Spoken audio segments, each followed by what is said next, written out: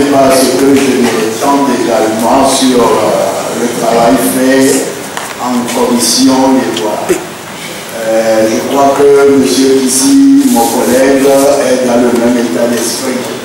Parce que tout ce qui a été dit dans la commission des lois, c'est ce qui a été dit au cours du dialogue.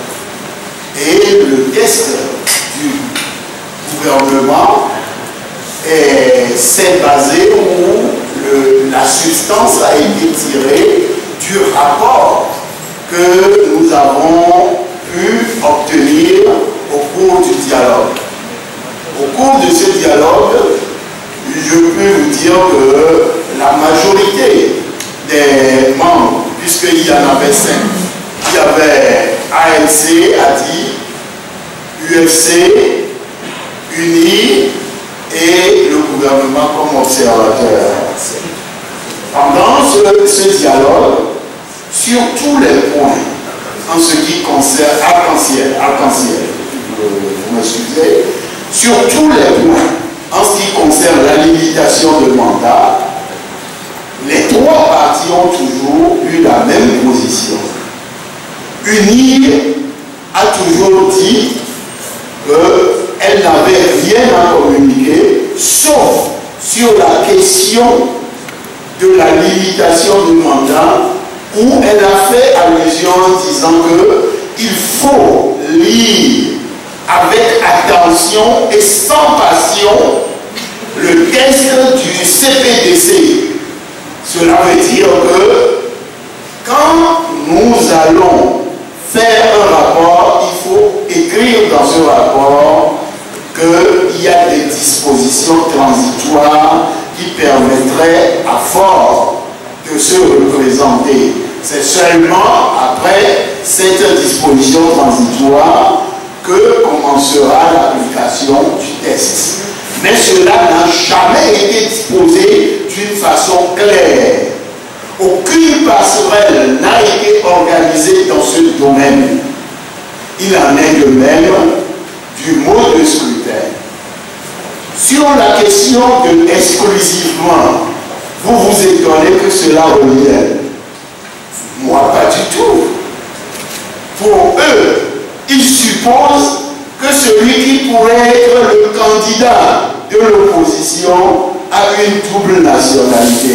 C'est pourquoi je leur ai rappelé que si c'est à cela qu'ils pensent, c'est eux-mêmes qui n'auront pas de candidat parce que celui à qui ils pensent a une double nationalité, nous avons les preuves. Nous avons ajouté, en ce qui concerne les autres problèmes, que nous sommes là pour sortir d'une situation qui est là. C'est une situation de crise. Cette crise est née un 5 octobre 1990. On est allé rechercher des solutions au cours d'une conférence nationale souveraine. Le 31 décembre 2002, on a aggravé cette crise en changeant de nouveau la constitution qui a été votée à près de 95% par les Togolais. C'est sur ce problème-là que nous planchons depuis 2006. Si un Parlement doit nous faire retourner au statu quo ante, à la situation antérieure, est-ce une façon de rechercher une solution pour résoudre la crise qui nous frappe? Nous disons que non. La limitation de mandat a sauté. Le mode de scrutin, c'est toujours à un tour. Alors qu'avons-nous fait? Au dialogue, nous n'avons rien donc fait. À la commission des lois, nous n'avons donc rien fait. C'est pourquoi nous disons aujourd'hui que ceux qui ont été les parrains de tous ces dialogues doivent prendre leurs responsabilités et amener le régime à respecter ses engagements. Pour notre part, nous prenons prenons également nos responsabilités en vous disant que désormais, c'est avec nos populations que nous allons mener cette lutte.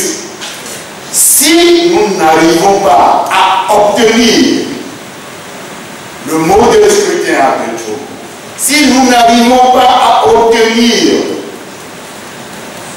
la limitation de mandat, si nous n'arrivons pas à obtenir tout ce que nous avons demandé, nous disons que la lutte populaire est invincible.